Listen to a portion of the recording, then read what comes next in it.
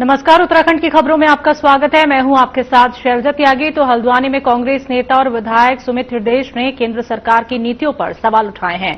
उन्होंने जीएसटी सुधार और H1B वीजा के मुद्दे को लेकर सरकार की कार्यशैली पर गहरी चिंता जताई है। हल्द्वानी में मीडिया से बातचीत के दौरान सुमित हृदयेश ने कहा कि जीएसटी को लागू करते समय केंद्र सरकार ने इसे वन नेशन वन टैक्स का नाम देकर बड़े बदलाव का दावा किया है, लेकिन आज स्थिति ये है कि छोटे कारोबारी और व्यापारी वर्ग सबसे ज्यादा परेशान है।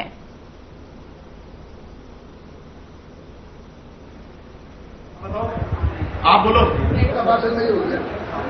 नहीं, ये माहौल बनाया जा रहा है, लेकिन मेरा उनसे ये प्रश्न है, जिस सरकार में जीएसटी लग्जरी गाड़ियों पर तो 5% कर दिया गया है, लेकिन किताबों पर और कागज पर 18% है, यानी किताबें महंगी हो गई, लग्जरी गाड़ी सस्ती हो गई, तो क्या ये जीएसटी जायज है? मेरे ख्याल से ये जो जीएसटी लागू हुआ है और इसका जो ये कह रहे हैं इन्होंने इसमें सुधार लाए हैं, ये सुधार पहले दिन से क्यों नहीं? और दूसरा मेरा सवाल ये है कि जो जितने छोटे व्यवसाय जो सफर कर रहे हैं, आज की तारीख में छोटा व्यवसायी सबसे ज्यादा इस सरकार में, इस अर्थव्यवस्था में प्रताड़ित है, उसके लिए आप क्या नीति रीति लाए? हरिद्वार स्थित प्रसिद्ध मां मनसा देवी मंदिर में नवरात्र के अवसर पर श्रद्धालु की भारी भीड़ उमड़ रही है। शिवालिक पर्वतमाला पर स्थित ये मंदिर आस्था का प्रमुख केंद्र माना जाता है। मान्यता है कि मां मनसा देवी की आराधना नाग कन्या और महिषासुर मर्दिनी रूप में की जाती है। नवरात्रि में मां के दर्शन और मन्नतें मांगने के लिए देश भर से भक्त यहां पहुंच रहे हैं।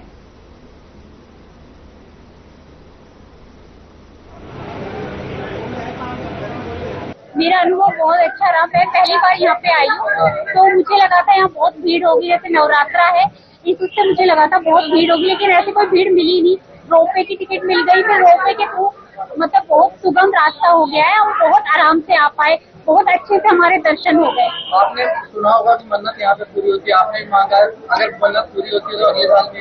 हाँ, ऐसा हमने सुना है कि यहाँ मन्नतें पूरी होती है मनसा देवी माता के मंदिर में, पर हमने भी मांगा है अगर हमारी मन्नत पूरी होती है अगले साल हम फिर आएंगे नवरात्रों में।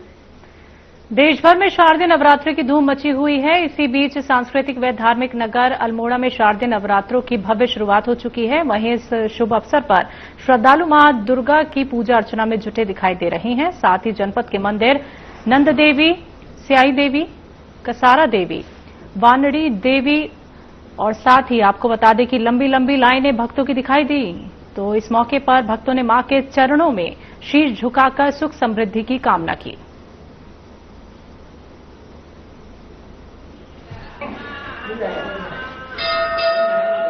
सरदारी नवरात्रि शुरू हो गई है। प्रथम दिन देवी की पूजा होती है। 9 दिन का अलग अलग रूप में देवी की पूजा की जाती है। नगर में हर जगह देवी नौ देवी की पूजा होती है, हर जगह अपने अपने। और सुबह से यहाँ भक्तों की लंबी कतार लगी है। 9 दिन तक यहाँ पर काफी भीड़ रहती है। हर जगह पूजा पंडाल में काफी भीड़ रहती है, यहाँ भी काफी भीड़ रहती है। और हर जगह यहाँ पे जनपद में हर जगह यहाँ पे नवरात्रि मनाई जाती है हर साल की। खबर दिनेशपुर से है, जहां केला काटने की प्रक्रिया के साथ दुर्गा पूजा की शुरुआत हो गई है। पंडित द्वारा पूजा अर्चना करने के बाद केले के पेड़ को काटा गया। इस तरह से 7 स्थानों में दुर्गा पूजा कमेटी के कार्यकर्ता और क्षेत्र के दुर्गा मां के भक्तों के द्वारा केले के पेड़ को काटा गया और केले का फल को लाकर मंदिर में रखा गया। इसी केले के फल दुर्गा मां की पूजा प्रसाद के रूप में चढ़ाया जाता है।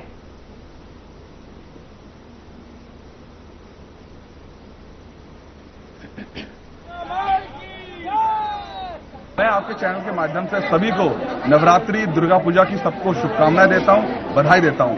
आज सार्वजनिक दुर्गा पूजा महोत्सव 2025 दिनेशपुर कमेटी ने केला काटने से नवरात्रि का शुभारंभ किया गया है। 7 दिवसीय यहां सांस्कृतिक कार्यक्रम होगा, भंडारा होगा और भव्य मेले का आयोजन किया जाएगा। हमारी कमेटी पूर्व में जो काम उत्सव हुए हैं उससे बेहतर करने की कोशिश करेगी। मैं पुनः आपके चैनल के माध्यम से सभी को शुभकामनाएं प्रेषित करता हूं। उत्सव में जो प्रति रात्रि संध्या 8 बजे से सांस्कृतिक कार्यक्रम का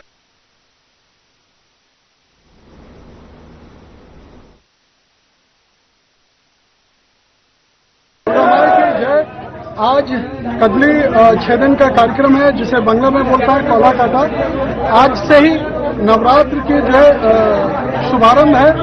और ये केला काटने के बाद ये केला को जो है मंदिर में लिया जाएगा और मंदिर में ले जाने के बाद उसका विधि विधान से उसका पूजा होती है और नवरात्र खत्म होने के बाद प्रसाद के रूप में इस केले को जो है हल्द्वानी के रामपुर रोड स्थित ओलिविया कॉलोनी में रहने वाले देश के नामी यूट्यूबर और ब्लॉगर सौरभ जोशी को अज्ञात बदमाशों ने रंगदारी मांगने की धमकी दी। मामले को लेकर शहर में सनसनी फैल गई। जानकारी के मुताबिक सौरभ जोशी ने कोतवाली पुलिस को तहरीर देकर बताया कि 15 सितंबर को उन्हें जीमेल पर एक धमकी भरा मेल मिला और मेल भेजने वाले ने खुद को कुख्यात भाऊ गैंग से जुड़ा बताया और गैंग के सरगना को छोटा डॉन नाम से मशहूर बताया, जो दिल्ली में सक्रिय है। आरोप है कि मेल में सौरभ जोशी से 5 करोड़ रुपए की रंगदारी मांगी है और साथ ही रकम न देने पर गंभीर अंजाम भुगतने की धमकी भी दी गई है।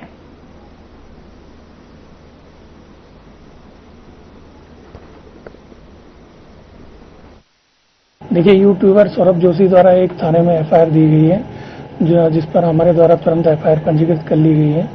साथ ही जो उसमें कंटेंट है कि एक मेल प्राप्त हुआ है किसी भाऊ गैंग का और जिसका वो कंटेंट ये है कि उससे 5 करोड़ की फिरौती मांगी गई है और न देने पर जान से मारने की धमकी दी गई।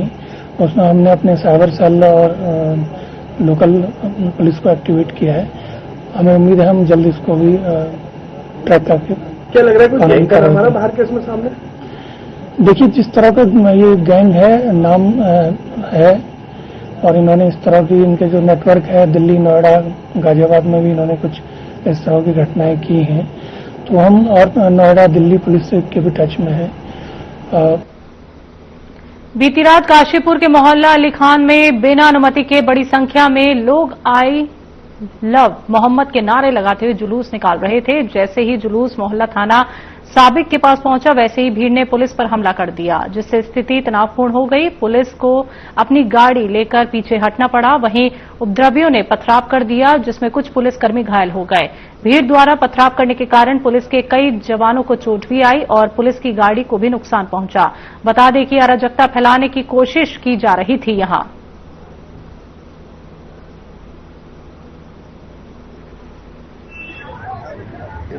नदीम अख्तर नामक व्यक्ति के द्वारा अपने कुछ साथियों के द्वारा किसी बाहरी प्रदेश में घटना के संदर्भ में युवाओं को गुमराह करके एक कार्यक्रम रखा गया था, जिसकी इसके द्वारा पुलिस को न सूचना दी गई, न किसी तरह की कोई अनुमति दी गई थी और यहाँ शांति व्यवस्था को प्रभावित करने का प्रयास किया गया।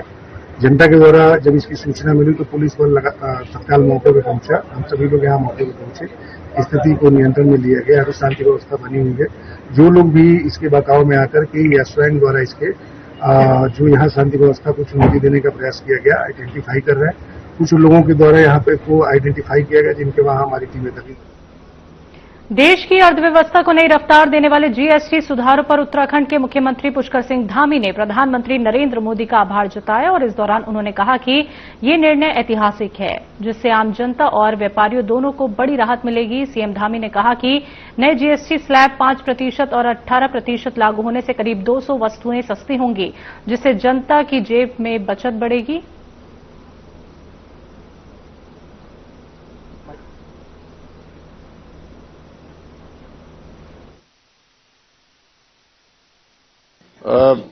मैं जो ऐतिहासिक निर्णय देश के अंदर लिया गया है, आदरणीय प्रधानमंत्री जी का मैं बहुत आभार व्यक्त करता हूं उत्तराखंड की देवतुल्य जनता की ओर से।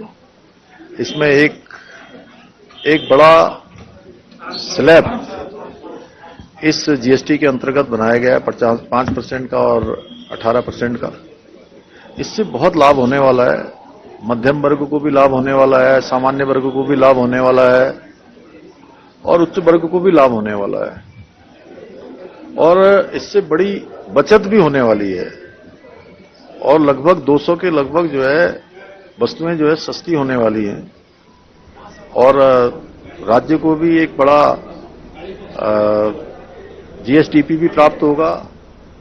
भारत सरकार की ओर से जीएसटी स्लैब में किए गए बदलाव के बाद 22 सितंबर से नया जीएसटी स्लैब लागू हो गया है। इसी क्रम में देहरादून के प्रेमनगर बाजार में जीएसटी बचत उत्सव का आयोजन किया गया, जिसमें मुख्यमंत्री पुष्कर सिंह धामी शामिल हुए। तो देश भर में जीएसटी दरों में की गई कटौती को लेकर जन जागरूकता फैलाने और जनता को इसके सीधे लाभ की जानकारी दी गई।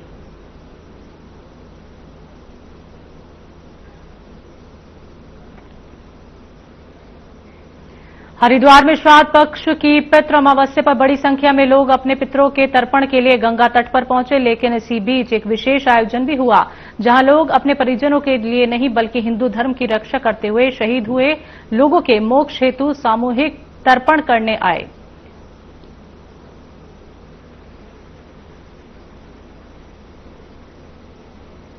इस सामूहिक तर्पण से हम ये संदेश देना चाहते हैं कि हिंदू जो है उसे इस चीज का आभास हो कि 14 सदियों से 1400 वर्षों से हमारे वीर पुरुष, हमारे राजा महाराजा, हमारे योद्धा, हमारे आम नागरिक लड़ते रहे हैं, डटे रहे हैं, तलवारों का सामना किया है, सर कटाए हैं, हमने जौहर किए हैं। हम अपने धर्म कभी भी बदलना स्वीकार नहीं करेंगे, ना हमने तब किया, ना हम आज करेंगे। हम हिंदू हैं और हिंदू ही रहेंगे। देखिए, ये जो तर्पण की परंपरा है ये सदियों से चली आ रही है और सनातन की ये बहुत प्राचीन परंपरा है। लेकिन ये जो पिछले 9 वर्ष से हम लोग सामूहिक तर्पण का जो कार्यक्रम चला रहे हैं, आज 9वां वर्ष है और आज हमने 9वीं बार जो है इसका यहाँ पर हरिद्वार में आयोजन किया। यह कार्यक्रम पूरे देश भर में हिंदू पुनर्जागरण के लिए किया जा रहा है और आपकी जानकारी के लिए मैं बताना चाहूंगा, हिमाचल प्रदेश में सभी जिलों में 100 से अधिक स्थानों पर ये कार्यक्रम आज हिंदू रक्षा मंच के द्वारा आयोजित। सेवा पखवाड़े के तहत सचिवालय में ब्लड डोनेशन कैंप और स्वास्थ्य शिविर आयोजित किया गया, जिसका उद्घाटन मुख्य सचिव आनंद वर्धन ने किया। ये कार्यक्रम स्वास्थ्य विभाग, सचिवालय प्रशासन और सचिवालय संघ द्वारा आयोजित किया गया।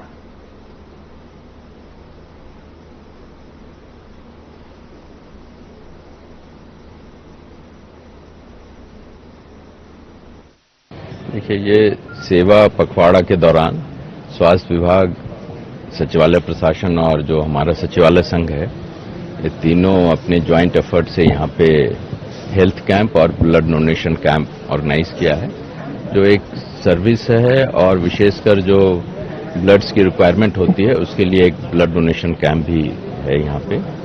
प्लस जो निक्षय मित्र हैं उनको जो किट दिया जाता है वो भी वितरण किया गया है। तो एक सर्विस है और इसमें सचिवालय ने आगे बढ़ के ये, और विशेषकर सचिवालय संघ ने और उनके सभी सदस्यों ने आगे बढ़ करके ये।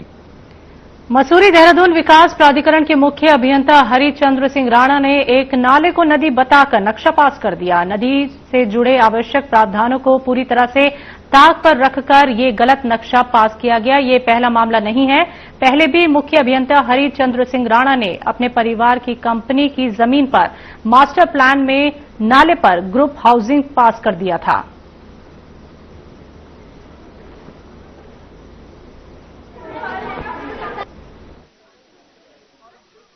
नहीं, देखिए, मैं वही कह रहा हूँ ना, चूंकि अभी हमने कल ही देखा है, तो हमने कहा उसकी पत्राव निकाल लेते हैं, नदी है, नाला है, सुरक्षा क्या उपाय करना है। हमने हाई फ्लड लेवल लेने के लिए भी आज बोला है कि देहरादून की जितनी नदियां हैं, चाहे रिस्पना है, चाहे बिंदाल है, या जो नाले हैं, पहले हाई फ्लड लेवल कितना आया था, कल हाई फ्लड लेवल कितना आया है। तो भविष्य में अगर हम लोग कोई भी इस तरह का निर्माण करें तो उसकी सुरक्षा के क्या उपाय करने हैं, उस पर भी गंभीरता से सोचने की। देखिए, वो वीडियो हमने कल ही देखा था और हमने कहा था कि इनको नोटिस जारी करिए, और उसमें चूंकि सुरक्षात्मक उपाय करने थे, जो साथ में पानी का गदेरा, नदी नाला जो भी है, तो उसमें सुरक्षात्मक उपाय करने थे। उन्होंने किया है कि नहीं किया, वो चेक कर लेंगे। दूसरा, देखिए, कल की बारिश निश्चित रूप से थोड़ा सामान्य बारिश थी और 260 मिलीमीटर के आसपास देहरादून और उसके आसपास बारिश हुई है। तो सारी जो नदियां हैं और सारी जो नाले हैं, उन्होंने अपने जो सामान्य उनका जल स्तर है उसको उन्होंने क्रॉस किया है और इस तरह की परिस्थिति वहां पर उत्पन्न हुई है।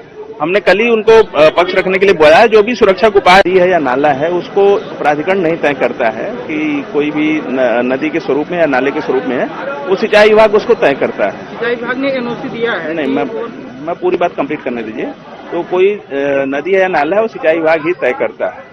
और जैसा मैंने बताया कि असामान्य पानी नदी में भी आ सकता है, नाले में भी आ सकता है। जैसे आप देखेंगे कि धराली, वो नदी नहीं थी, वो नाला भी नहीं था, गधेरा था, जिसमें कभी कोई पानी आता था, अचानक उसमें आ गया। वैसे आप थराली में देखेंगे, जो चमोली में थराली की घटना हुई, वो न तो नदी है न तो नाला है, लेकिन पानी असामान्य आ गया। तो प्रश्न उत्तराखंड की खबरों में वक्त एक छोटे से ब्रेक का, जल्द वापस लौटेंगे।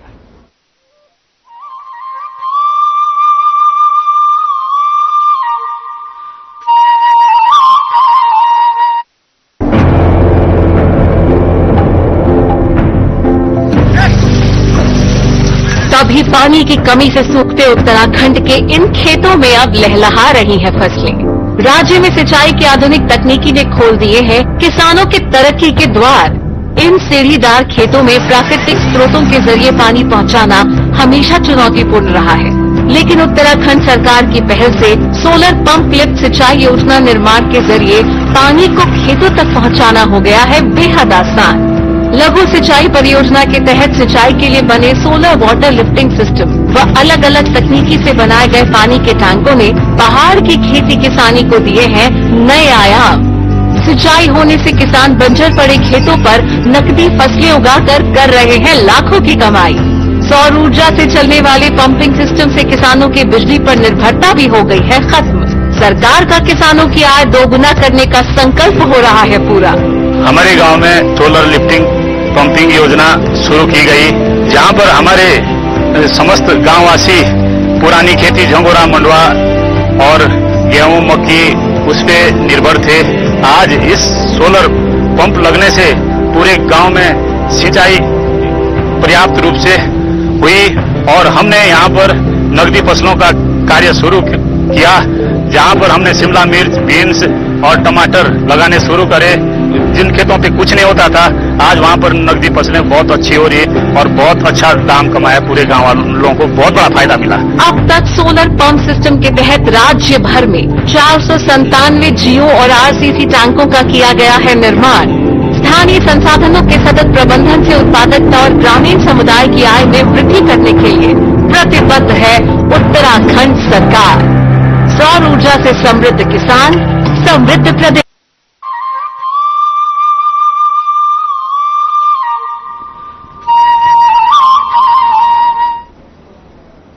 ब्रेक के बाद एक बार फिर से आप सभी का स्वागत है। बात करते हैं अगली खबर की। कॉर्बेट नेशनल पार्क से सटे पाटो इको टूरिज्म जोन ने बेहद कम समय में पर्यावरणीय पर्यटन और राजस्व कमाई दोनों में नए आयाम छुए हैं। तो वर्ष 2021 से 22 में शुरू हुए इस जोन ने 2021 से 2025 तक कुल 72,805 पर्यटकों का स्वागत किया है, जिसमें प्रशासन को 10.72 करोड़ रुपए से अधिक की आय हुई है।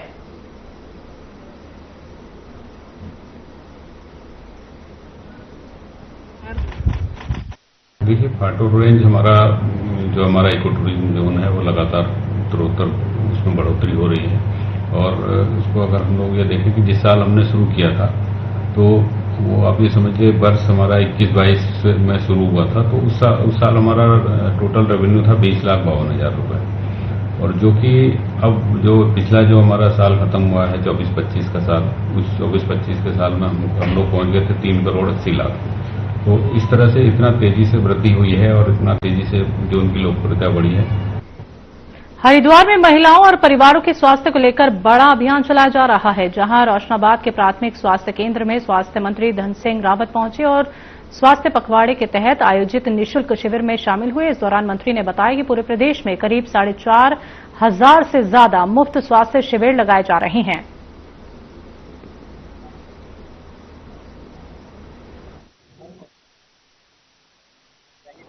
और देखिए, आज मैं प्राथमिक स्वास्थ्य केंद्र रोशनाबाद में आया हूँ और पूरे प्रदेश में लगभग 4,500 हम निःशुल्क स्वास्थ्य शिविर लगा रहे हैं। ये योजना प्रधानमंत्री माननीय मोदी जी के जन्मदिन से लेकर 2 अक्टूबर गांधी जयंती तक है और हमारा प्रयास ये है कि इसमें गरीब लोगों का जो है ज्यादा से ज्यादा भला हो सके।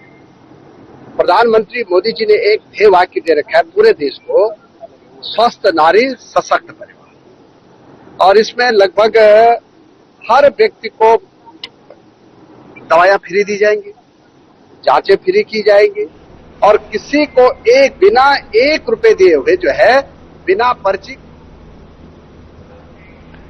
देहरादून में उत्तराखंड अधीनस्थ सेवा चयन आयोग की स्नातक स्तरीय पटवारी भर्ती परीक्षा में पेपर लीक मामले को लेकर कांग्रेस ने जोरदार विरोध प्रदर्शन किया। कांग्रेस नेताओं का कहना है कि ये लाखों बेरोजगार युवाओं के भविष्य के साथ बड़ा धोखा है।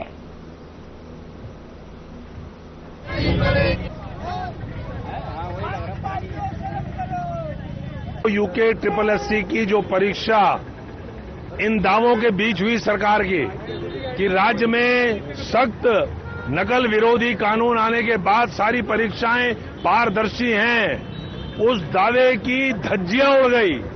यूके SSSC का रविवार का कल का पेपर अभ्यर्थियों को मिलने के आधे घंटे के अंदर लीक हो गया। यूके SSSC के अध्यक्ष गणेश मार्तोलिया स्वीकार कर रहे हैं कि 3 पन्ने बाहर आए, वो वायरल हुए, उनका हल हुआ, वो अभ्यर्थियों तक पहुंचे। ये पेपर लीक इस राज्य के अंदर अभिशाप हो गया है। धामी सरकार में जो पेपर लीक माफिया जनता पार्टी के संरक्षण में प्रधानाचार्य सीमित विभागीय पदोन्नति परीक्षा समर्थक मंच ने उत्तराखंड लोक सेवा आयोग की ओर से अनुरूप विज्ञापन जारी करने के लिए आयोग और विभाग का आभार व्यक्त किया है, जिस पर प्रधानाचार्य सीमित विभागीय पदोन्नति परीक्षा समर्थक मंच के प्रांतीय महासचिव डॉक्टर कमलेश कुमार मिश्रा ने कहा कि राज्य के 692 दुर्गम राजकीय इंटर कॉलेजों को इस परीक्षा के बाद स्थायी प्रिंसिपल मिल पाएंगे।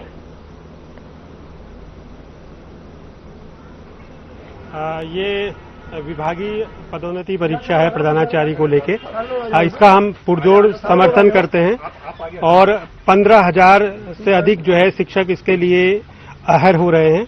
तो हमारे पूरे उत्तराखंड में 1385 प्रधानाचार्य के पद हैं, जिसमें से 1200 पद वर्तमान में रिक्त हैं और इन 1200 पदों में से जो है 692 पदों के लिए ये भर्ती हो रही है। और उत्तराखंड में जो हाई स्कूल प्रधानाध्यापक है और इंटर का जो प्रधानाचार्य है, इनके बीच 475 पदों का गैप है और जो 475 पद अधिक हैं ये कभी भी नहीं भरे जाते हैं। और वर्तमान में हाई स्कूल प्रधानाध्यापक में भी ये स्थिति है कि यहाँ पर 910 पदों में से 830 पद रिक्त हैं। LT शिक्षक को प्रधानाचार्य पद के लिए एलिजिबल नहीं माना गया। उत्तराखंड में डॉक्टर धन सिंह रावत जी ने सबको एलिजिबल कर दिया है। बीएड की एलिजिबिलिटी खत्म कर दी है, बीएड की अनिवार्यता खत्म कर दी है और जो है अनुभव को भी 15 साल कर दिया है LT का और लेक्चरर को 10 साल, जबकि केंद्रीय विद्यालय में और प्रधानाचार्य पद के लिए 12 साल की एलिजिबिलिटी कर दी है। ये है। और जो है आज भी प्रधानाध्यापक के 830 पद रिक्त हैं और अगर 100% जो राजकीय शिक्षक संघ को 100% पदोन्नति की बात करनी चाहिए तो 830 पद भरे जाएंगे। उत्तराखंड की खबरों में अभी के लिए इतना ही। मुझे दीजिए इजाजत। नमस्कार।